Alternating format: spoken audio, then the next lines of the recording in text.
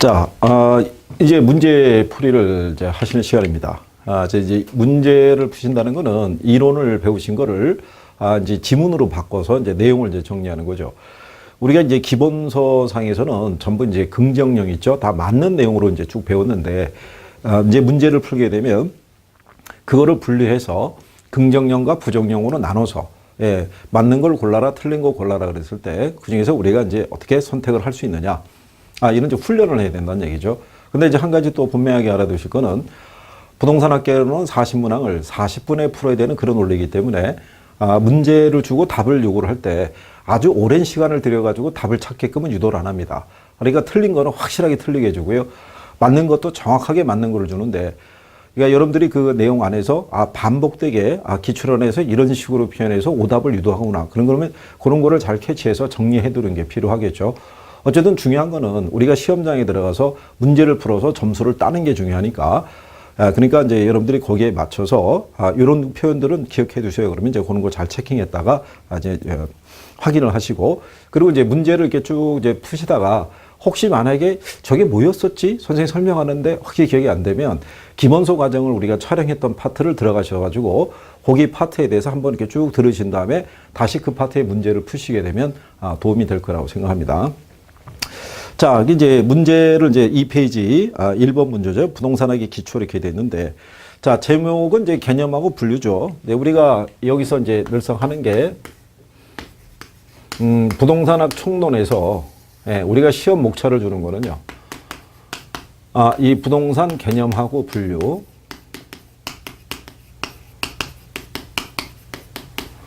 그 다음에 이제 이 부동산 특성. 그 다음에 이제 속성 이렇게 돼 있는 거죠. 근데 시험상에서는 어쨌든 간에 제일 많이 나오는 게 얘고요. 얘는 거의 뭐 출제가 된다 이렇게 보셔야 되겠고요. 그 다음에 이제 개념하고 이제 분류상에서 이렇게 한 문항 정도씩 돌아가면서 들어올 수도 있고요. 그리고 부동산학에 관련된 거는 요 부동산 이제 개념인데 요 안에서 우리가 이제 부동산학에 대한 기초적인 이제 어떤 이제 용어나 이런 거 알고 있느냐. 여기서 이제 요거는 자주 나오진 않고요. 한 5년 주기로 이렇게 한 번씩 등장하죠. 그러니까 우리가 이제 자주 쓰이는 표현 정도로만 이렇게 구별하시면 될 거예요. 자, 틀린 거를 물어봤을 때 일단 틀린 거는 2번이 되죠. 복합 부동산이란 이렇게 돼 있죠. 그래서 우리가 여기서 이제 용어로 부동산학에 대한 거를 배우실 때 뭐를 배웠냐면 복합자 들어가는 거를 배우셨을 거예요. 그죠? 복합 개념의 부동산, 그 다음에 복합 부동산. 그래서 이제 요게 제목이 앞에 이제 복합 들어가 있는데 요 개념으로 가게 되면 부동산을 갖다가 법경기, 그죠? 복합 개념은 요거 세 가지라고 그랬어요. 요 세 가지 관점으로 우리가 체계화돼서 이제 이해할 수 있는 것. 그걸 우리가 복합 개념의 부동산이라고 그랬고요. 복합 부동산이라는 거는 토지와 건물이 결합되어 있는 상태의 부동산이 있죠. 우리가 건부지라고 되기로 했죠. 우리나라에서는 토지하고 건물을 각각 별개의 물건으로 취급하죠. 그러니까 별도의 등기를 한다는 얘기죠. 근데 얘네를 이렇게 별도의 등기를 하는데 우리가 얘네를 대상으로 이용을 하거나 또는 거래할 때 토지 따로 건물 따로 이렇게는 거래하지 않는다는 얘기죠. 일체로 이용이 되고 있다는 얘기죠. 이용하고 거래할 때는 일체로. 이런 상태의 부동산을 우리가 복합 부동산 이렇게 얘기하죠. 그래서 그게 이제 우리가 이제 틀려 있다는 얘기고요. 그 다음에 이제 거기 보시면 이제 부동산학에서 추구하는 이념에서는 효율성이고 형평성이 있으면 효율성이라는 것은 민간 부분에서 더욱더 중시된다는 거.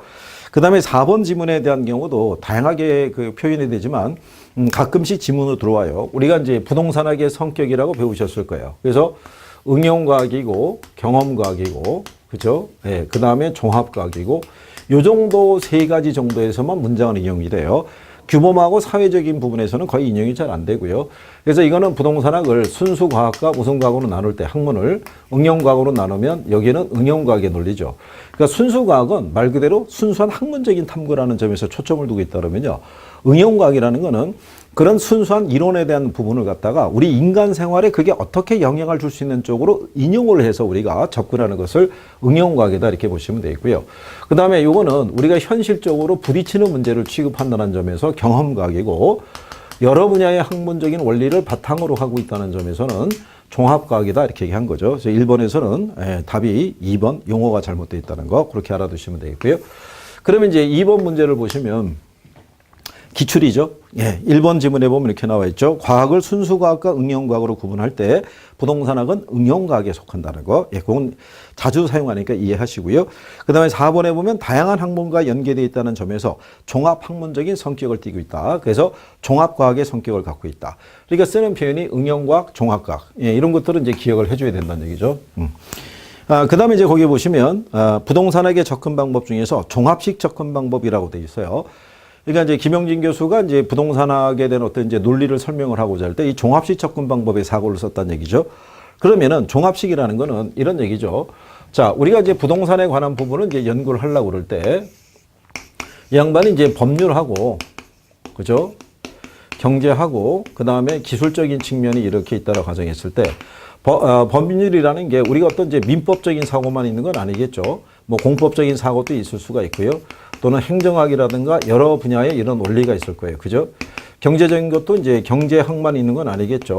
경영학의 논리라든가 회계학의 논리라든가 다양한 학문적인 원리가 있을 거란 얘기죠. 기술도 토목이라든가 또는 예를 들어서 건축이라든가 뭐 이런 것들의 다양한 원리들이 있을 때 이거를 이런 애들을 묶어서 법률적인 측면, 이런 애들을 묶어서 경제적인 측면, 이런 애들을 묶어서 기술적인 측면을 이렇게 묶을 때 여기 있는 애들 중에서 취급하는 상품이 부동산을 취급하는 그 학문은 그렇게 많지는 않다는 얘기죠. 그러니까 여기서 나왔던 애들을 부동산의 특성에 맞게끔 이론을 재구성해서 접목을 시켰다고 보시면 되겠죠. 그래서 우리가 그걸 시스템에 왔다고 얘기를 하죠. 그러니까 예를 들어서 음식을 만들 때 만약에 예를 들어서 짬뽕이라는 뭐 우리 음식이 있다. 그러면 짬뽕 안에 들어가 있는 재료가 어우러져서 짬뽕의 맛이 나는데, 그렇죠? 그때는 짬뽕이라는 상품이 되는데 얘네가 원래 그게 들어가기 전에 각자 원래 있던 상태에 있다 그러면 양파도 있을 수 있고요. 뭐 마늘도 있을 수가 있고 미원도 있을 수가 있고 따로따로 있을 때는 전혀 짬뽕이라는 거하고는 무관하죠. 하지만 걔들이 섞일 때는 짬뽕이라는 하나의 음식이 만들어지듯이 이렇게 묶어가지고 이 부동산에 관련된 논리를 만들고자 하는 게 종합식 접근 방법의 사고라고 생각하시면 돼요. 그래서 그거를 복합 개념의 사고로 이해를 해서 종합해서 이론을 구축하는 방법이다. 이제 그런 정도로만 이해하시면 돼요. 그래서 여기 나와 있는 대로 종합식 접근 방법 그러면은 복합 개념의 사고, 즉 법경계의 관점에서 접근한다. 여기서 만약에 이제 인용하면 이제 그런 정도의 표현이다. 그 정도만 알아두시면 되겠고요. 그래서 이제 여기서는 5번에 가시면 부동산학의 일반 원칙으로 안전성의 원칙은 소유 활동에 있어서 최유 이용을 지도 원리로 하고 있다 그랬을 때 안전성이라는 논리가 아니라 이제 능률성의 원칙이라고 보시면 될 거예요. 그래서 능률성의 원칙에서는 소유 활동에서는 최유 이용을 그다음에 이제 안전성에서는 거래 질서의 확립을 이제 주 목적으로 하고 있다. 이렇게 구별하시면 될 거예요. 그래서 소유 활동에서는요. 최유 이용을 지대 원리로 하고 있고요. 이제 여기 이제 소유 활동이라는 것에서는요. 여기 이제 능률성의 원칙에 바탕을 두고 있는 거고요. 그 다음에 안전성의 원칙에서는 거래 질서의 확립에 목적을 두고 있다. 그래서 이제 추구하는 바가 이제 틀리다고 보시면 되겠죠. 그래서 그게 잘못되어 있다. 원래 이게 자주 등장하는 표현이 아닌데 이때 이제 한번 오답으로 한번 유도를 한 거죠. 그 다음에 이제 옆에 이제 가시면 4번 문제가 있죠. 그래서 이제 학문적인 성격에 관한 부분이다 그랬을 때요. 자, 역시 부동산학이라는 것은요, 부동산에 관련된 의사결정을 연구하기 위해서 법적, 경제적, 기술적 측면, 그죠? 종합식, 종합응용 사회학이다 이렇게 얘기를 하고요. 또 거기 보시면 3번에 추상적인 학문이 아니라 현실의 부동산 활동을 대상으로 하는 구체적인 경험과학이다 이런 얘기죠. 그런데 이제 4번에 보면 부동산학이 추구하는 가치를 민간 부분에서 한정해 볼 때는 효율성보다는 형평성을 중시한다 이렇게 돼 있을 때 우리가 주어지는 이제 부동산학의 이념을 여러분들이 정리하실 때 이게 이제 효율성이라는 게 있고요. 그 다음에 형평성이라는 원리가 있다 그러면 그렇죠? 물론 부동산학에서 추구하는 최우선의 가치 개념은 효율성이라고 그랬죠. 근데 이제 특히 민간 부분에 한정해서 볼 때는 얘가 중요하고요. 하지만 사회 전체적으로 볼 때는 형평성의 원리도 역시 무시할 수는 없다는 얘기죠. 그래서 이제 이런 거를 우리가 해소하기 위해서 이제 정부가 시장이 이제 개입을 하고 있다. 뭐 이런 정도로 생각하시면 될 거예요. 자, 그래서 이제 4번 문항에서 이제 구성일 때 4번이 잘못되어 있다는 거. 그렇죠?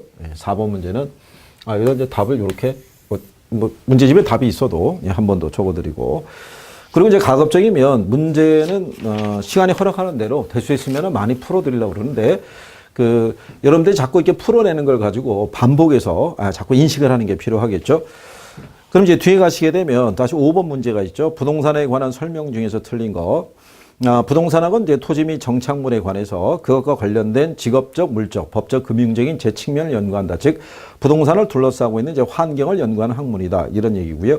자, 이번에 다시 나오죠. 여러 분야의 학문과 연계되어 있으니까 무슨 종합학문적인 성격을 지니고 있고요. 그 다음에 3번에 보면 부동산학은 복잡한 현대 부동산 문제를 해결하기 위해 학제적 접근을 취하는 전문적인 학문 영역으로 등장했다는 것은요. 우리나라에서는 이제 1970년 이후로 예를 들어서 이제 산업화 아니면 도시화 이런 것들이 집중이 되면서 여러 가지 이제 토지 수용에 따른 이제 보상 문제라든가 또는 투기득의 문제를 방지하거나 뭐 이런 것들에 대한 문제를 해결하기 위한 이제 이론적인 근거가 필요하게 됐다는 얘기죠. 그래서 이제 그런 문제를 해결하기 위해서 우리나라에도 이제 부동산학이라는 것이 대두되게 되었다. 이렇게 보시면 되겠고요. 그런데 이제 4번에 보시면 토지와 건물을 대상으로 하는 탐구라는 점에서 우주와 지구의 기본 원리를 탐구하는 물리과학이나 지구학과 같은 순수과학이라 했으니까 틀렸다는 얘기죠. 여기는 말 그대로 순수하게 이제 우리나라 지구는 어떻게 형성이 돼 있고 토양은 어떤 성분으로 구성이 돼 있고 이론적인 관점에서 접근하는 거죠. 하지만 이제 부동산학이라는 거는요, 그 지역의 기상 상태라든가 토양이라든가 이런 것 등에 따라서 이 지역에 만약에 집을 짓기가 적합하냐 아니냐, 아니면 만약에 주택을 건축하면 어떤 방법을 써서 건축을 하는 것이 비용을 절감하고 더 많은 어떤 편익을 얻을 수 있느냐, 이런 식으로 현실적인 문제를 접근하는 학문이라고 보시면 되겠죠. 네, 그래서 순수 과학 그러면 틀리다고 그랬죠. 그래서 5번에도 답이 4번 이렇게 나올 거예요. 그래서 부동산학은 틀림없이 무슨 과학은 아니라는 거예요. 순수 과학은 아니고 무슨 과학이다? 응용 과학이다. 예, 이건 뭐 기본적으로 기억하시면 되겠고요. 그 다음에 이제 6번 문제 보시면 국가 경제에 있어서 부동산 및 부동산 활동은 중요한 역할을 한다. 예, 바르게 설명한 걸 물어봤죠. 자, 근데 이제 6번 문항에서 우리가 이제 그 표준산업 분류상에서 구분하는 거를 이론할 때 이제 여러 번 했던 거죠.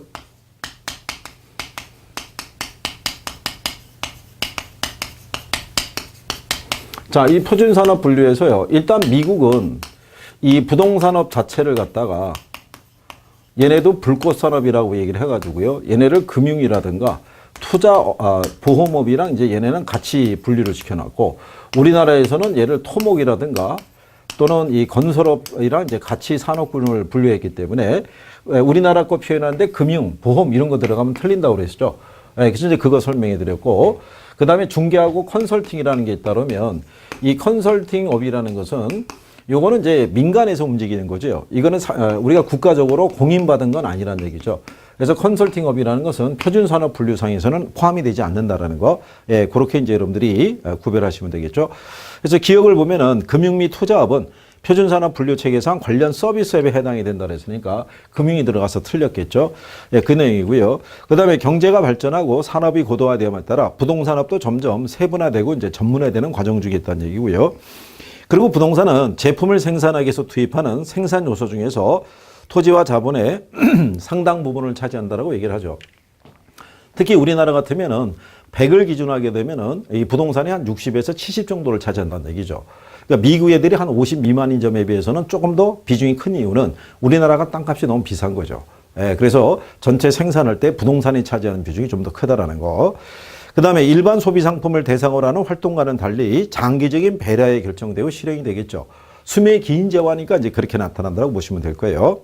그래서 이제 거기서 보면 기억을 제외한 니은, 디귿, 리을이 맞고요. 그 다음 미음에 가면 주택, 상가, 사무실, 공간 등을 개발하는 대상으로 사용되는 생산재이지 소비재료는 인식되지 않는다는 게 틀렸겠죠. 우리가 이것도 직접 최종 소비하는 데 쓰이죠. 토지라는 것도 우리가 관광 어떤 또 상품이나 이런 걸 또 우리가 활용할 수 있으니까요. 자연적인 상태로도 우리가 소비하는 그런 소비재로 인식이 된다는 얘기죠. 그래서 바르게 설명한 것 하게 되면은 니은하고 디귿하고 리을 세 가지가 맞다는 얘기죠. 이렇게. 그래서 본인이 생각한 거하고 어떤지 이렇게 좀 확인하시고요. 그리고 분명히 말씀드리지만 기본서를 수업할 때는 복습이 참 중요하지만 문제집은 예습이 중요합니다. 예습이. 그래서 집에서 한번 꼭 풀어보시고 그러고 난 다음에 여기서 이제 문제풀이를 한번 이제 들어오시게 되면 복습 효과가 있겠죠.